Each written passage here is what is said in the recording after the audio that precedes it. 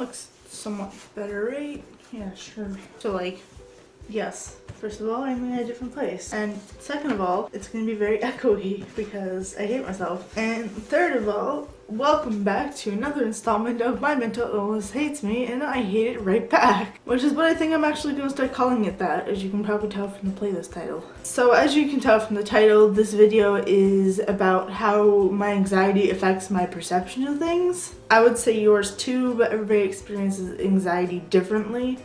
So I won't generalize like that because generalization is a dangerous game. My anxiety personally makes me overthink, overanalyze, and otherwise react spontaneously to problems that wouldn't have been problems in the first place if I had just, taken a moment to actually reason it out. Basically the story of my life. God, I wish I had thought about that before doing this. But that's what my anxiety does. It just shuts down all my processing centers, throwing me to the walls of my mind to tear every word into little bits and perceive every slight shift in tone as a negative thing. In extreme cases, it, coupled with my depression, because why not add another cement ball to the park? And then once my anxiety or the panic attack, or both, set in, I become disoriented and shaky as shit and feel nauseous and like all my organs are going to escape through my mouth. Also known as nausea, which I experienced for the first time maybe a week or so ago.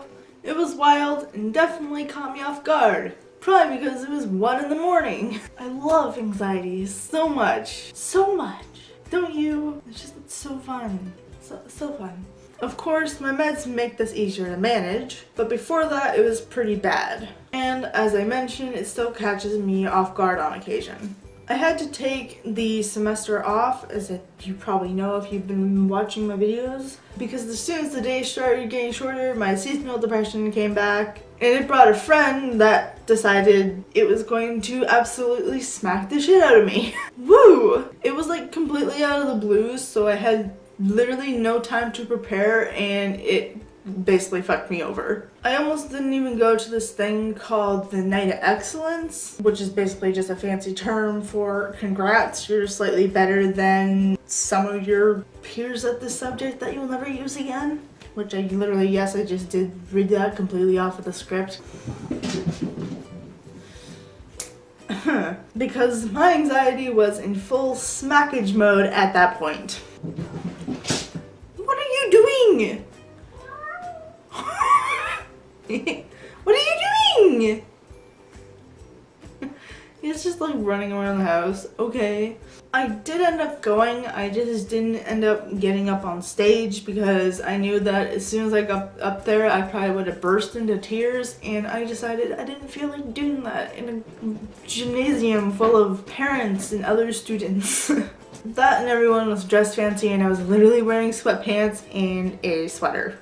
Some more examples of my anxiety being completely ridiculous, as my cat rampages through the house in the background. Someone might say, I'll be right back, and then if they take more than 0.5 seconds, my anxiety is like, they hate you. And I'm like, yeah, that sounds perfectly reasonable. Someone might be annoyed or grumpy or something, and my anxiety is like, it's your fault. They're mad at you. And I'm like, I didn't even do anything. I haven't talked to this person all day. And it's like, they're mad at you. And I'm like, alright, okay, sure, I guess. I never really considered anxiety as being an issue I had. I mostly just attributed it to paranoia and worry. Probably because nobody ever taught me anything about it when I was in school. So once I learned what the fuck life was like to live without it, bless you, I was like, wait, you're telling me this isn't worry, causes intrusive thoughts, anxiety tremors? And I was like, I've been lied to my entire life, and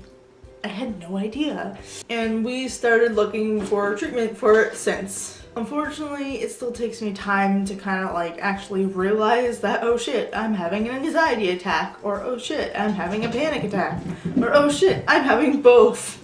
What are you doing? And by then, it's already at the stage where the tremors have set in, and I'm having tunnel vision, and I probably have tears streaming down my face. It'll take me a while to actually learn how to identify that my oh shit mode is coming up and going to overwhelm me, but I hope I will learn eventually. And that is why I will be making a video about trying different coping mechanisms, because goddamn do I need to learn some of those. And if you need to as well, you might want to stick around for that. So yeah, that's my anxiety and how it that. Okay, what's English? Apparently I only speak gibberish now.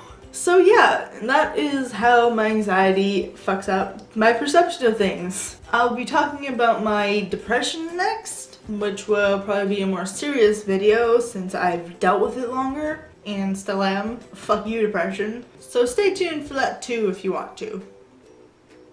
That was a lot of teas. So yeah. Thank you for watching, and I will see you in the next video. Also, I apologize for how bad the sound is in this one. Goodbye!